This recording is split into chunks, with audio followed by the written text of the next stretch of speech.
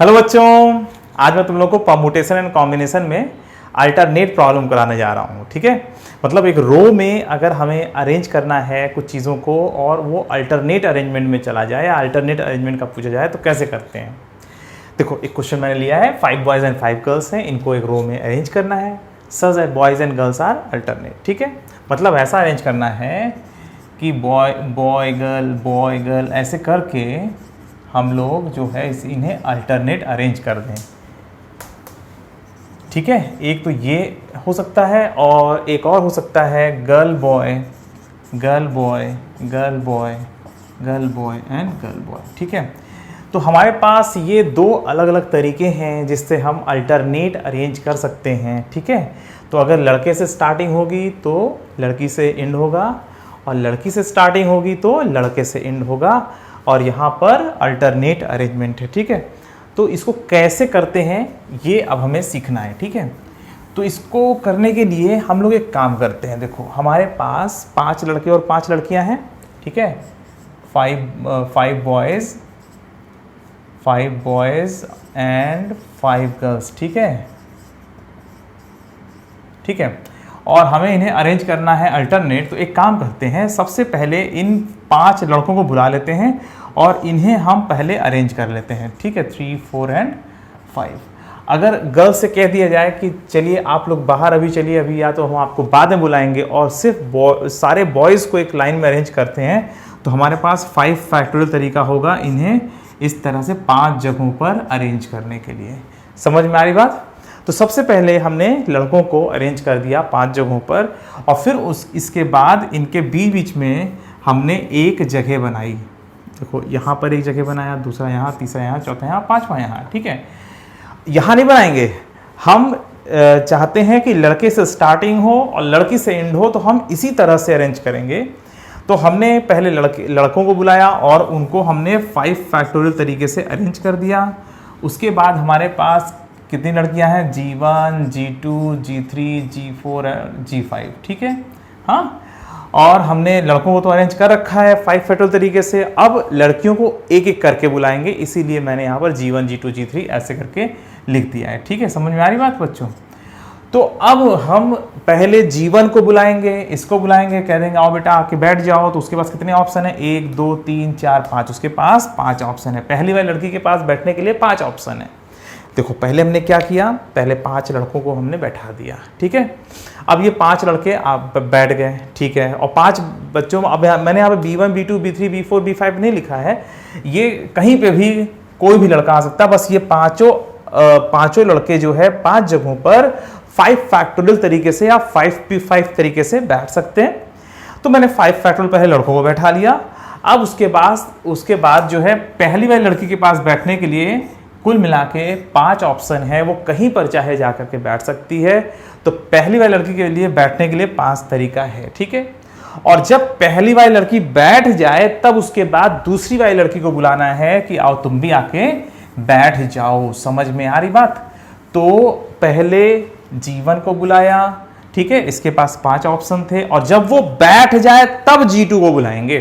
ठीक है, या किसी को भी बुलाएंगे। तो जब G1 बैठ गई, मतलब जो है उसके पास 5 ऑप्शन थे, वो कहीं पे भी बैठ जाए, कोई दिक्कत नहीं है। फिर G2 को बुलाएंगे, उसके पास सिर्फ 4 ऑप्शन बचेंगे। कैसे 4 ऑप्शन बचेंगे सोचो? क्योंकि कोई एक जगह तो पहली वाली लड़की ने जो है ले लिया है, तो सिर्फ 4 ही जगह तो बचेंगे दूसरी वाली लड़की के लिए। भाई 5 चेयर्स लगी हुई हैं, तो पहली वाली लड़की आके कहीं ना कहीं तो बैठ गई होगी, तो दूसरी वाली लड़की के लिए सिर्फ 4 जगह बची। और जब दूसरी वाली भी बैठ जाए तब हम तीसरी वाली को बुलाएंगे। ठीक है, अब ये 5 जगह थी, 2 जगह तो जा चुकी है, तो कोई 3 जगह बची होगी तीसरी वाली के लिए। ठीक है, और जब 5 में से 3 लड़कियां बैठ गई हैं, 5 जगहों में से 3 जगहों पर कोई ना कोई बैठ गया है, तो अब तो 2 ही जगह बची हुई है, तो G4 के लिए सिर्फ 2 ऑप्शन होगा। ठीक है, और 5 में से 4 लड़कियां जब बैठ गई हैं तो एक पहली बात तो 5 चेयर है, तो कोई 4 चेयर्स जो है वो फिलअप हो चुकी हैं, मतलब उस पर कोई ना कोई बैठ चुका है। तो 4 लड़कियां अगर बैठ चुकी हैं तो पक्की बात है कोई एक चेयर ही बची होगी, तो G5 को बैठने के लिए सिर्फ एक जगह बचेगी।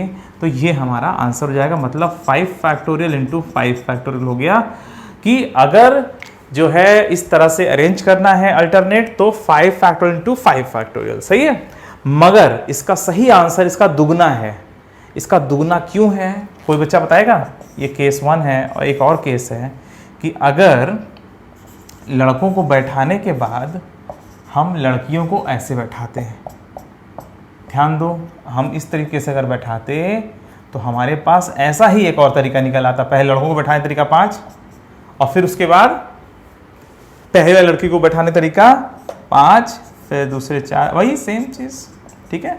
पहले 5 लड़कों को बैठा लो और फिर इधर तरफ से 5 चेयर्स लगा लो, और जब इधर तरफ से 5 चेयर्स लगाओगे तो पहले लड़की के लिए 5 जगह होगी, दूसरे के लिए 4 जगह, तीसरे के लिए 3 जगह, चौथे के लिए 2 जगह और 5वें के लिए 1 जगह होगी, ठीक है।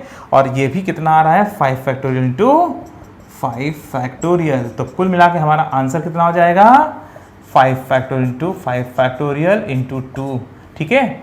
इसका आंसर जो है इसका दुगना होगा, ठीक है।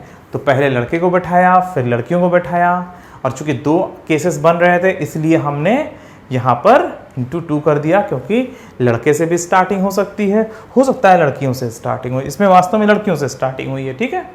और तुम चाहे तो पहले लड़कियों को बैठा लो फिर लड़कों को बैठाओ, ठीक है, तो भी वही आंसर आएगा। तो किसी एक ग्रुप को पहले बुला लो और फिर दूसरे ग्रुप को चेयर बना करके, चेयर एज्यूम करके फिर एक एक करके बुलाओगे, तो इस तरह से अल्टरनेट अरेंजमेंट हो जाता है, ठीक है। तो ये तो तब का केस है जब यहाँ पे लड़के लड़कियों की संख्या समान है, और अगर मान लीजिए यहाँ पे से 4 गर्ल्स होती हैं, लेट सपोज दैट अगर यहाँ पे 4 गर्ल्स होती हैं और तुमसे कहा जाए कि इन्हें अल्टरनेट अरेंज करो, तब तुम उसमें क्या करते, सोचो। उस समय आप लड़कों से ही स्टार्टिंग करोगे और लड़कों से ही मतलब लड़के से ही एंड करोगे, तो उस समय एक ही केस बनेगा, 2 केस नहीं बनेगा। जब लड़के लड़कियों की संख्या जब समान होती है, ठीक है, तब 2 केस बनता है। और अगर कहा जाए कि 5 boys and only 4 girls are there to be seated in a row such that they are alternate, तो उस समय पहले लड़कों को ही बैठाएंगे या लड़कियों को बैठा के अगल बगल करके लड़कों को बैठा लेंगे। तो एक ही तरीका है, अब इसके अलावा कोई और तरीका नहीं है। लड़कों से ही स्टार्टिंग होगी, लड़के से ही एंड होगी। अब जैसे मान लो 3 लड़के और 2 लड़कियां हैं, 3 लड़के और 2 लड़कियां हैं, तो दोनों लड़कियों के लिए तो बीच वाली जगह बचेगी ना, ठीक है। तो जिसकी संख्या कम होती है वो बीच में आ जाता है, और एक ही अंतर होना चाहिए, एक से ज्यादा अंतर भी नहीं होना चाहिए। अब ये नहीं कह दोगे कि 5 बॉयज एंड 3 गर्ल्स में भी अल्टरनेट अरेंज, तो अगर 3 ही लड़कियां होंगी तो फिर तो यार कोई 2 लड़के तो साथ में आ ही जाएंगे कहीं ना कहीं, ठीक है। अगर 100 लड़के हैं, 99 लड़कियां हैं तो चल जाएगा, 100 लड़के हैं और 100 लड़कियां हैं तो भी अल्टरनेट अरेंज हो जाएगा, 100 लड़के हैं 101 लड़कियां हैं तो भी अरेंज हो जाएगा अच्छे से अल्टरनेट में। मगर अगर 100 लड़के हैं और 98 लड़कियां हैं तो अल्टरनेट अरेंजमेंट नहीं कर सकते रो में, ठीक है, तो फंस जाएगा मामला, ठीक है। और सर्कुलर की बात होती है तो दोनों की संख्या समान होनी पड़ती, 4 लड़के हैं तो 4 ही लड़कियां हों, लड़के लड़कियों की संख्या समान होती है तब सर्कुलर में अल्टरनेट अरेंजमेंट होता है। रो में एक का अंतर चल जाएगा, ठीक है, और जो कम होगा वो बीच में सेट हो जाएगा और जो ज्यादा होगा वो बाहर, मतलब कि उससे स्टार्टिंग होगी और उसी से एंडिंग होगी। तो अब अगर 5 लड़के और 4 लड़कियां उनको अल्टरनेट अरेंज करना है तो पहले लड़कों को अरेंज कर दो और फिर एक एक करके लड़कियों को बुला लो। भाई 4 लड़कियां हैं तो पहली लड़की 4 तरीके से आएगी, फिर दूसरी 3, फिर 2, फिर 1, ठीक है, क्योंकि आपने बीच बीच में चेयर्स लगाई हैं और सिर्फ 4 हैं वो, ठीक है। तो कुल मिला के आंसर कितना होगा, 5 फैक्टोरियल इंटू 4 फैक्टोरियल। जब आपके पास दोनों की संख्या सेम होगी तब 2 केस बनते हैं, और जब एक का अंतर होगा तो सिर्फ एक केस बनेगा, दोनों का फैक्टोरियल करके मल्टीप्लाई कर दो, ठीक है बच्चों। तो इस तरीके से रो में आप अल्टरनेट अरेंजमेंट करते हो, ठीक है। और सर्कुलर में कैसे करते हैं उसके लिए एक और दूसरा एग्जांपल ले लूंगा, मतलब दूसरा एग्जांपल ले लूंगा दूसरे लेक्चर में, ठीक है। आज हम सिर्फ रो वाले प्रॉब्लम्स में अल्टरनेट अरेंजमेंट का क्वेश्चन कर रहे हैं तो सिर्फ वही रहेगा, ठीक है। और किसी और लेक्चर में मैं तुम लोगों को सर्कुलर में अल्टरनेट अरेंजमेंट का बता दूंगा, ठीक है। चलो बच्चों आज के लिए सिर्फ इतना ही, फिर मिलते हैं, बाय बाय।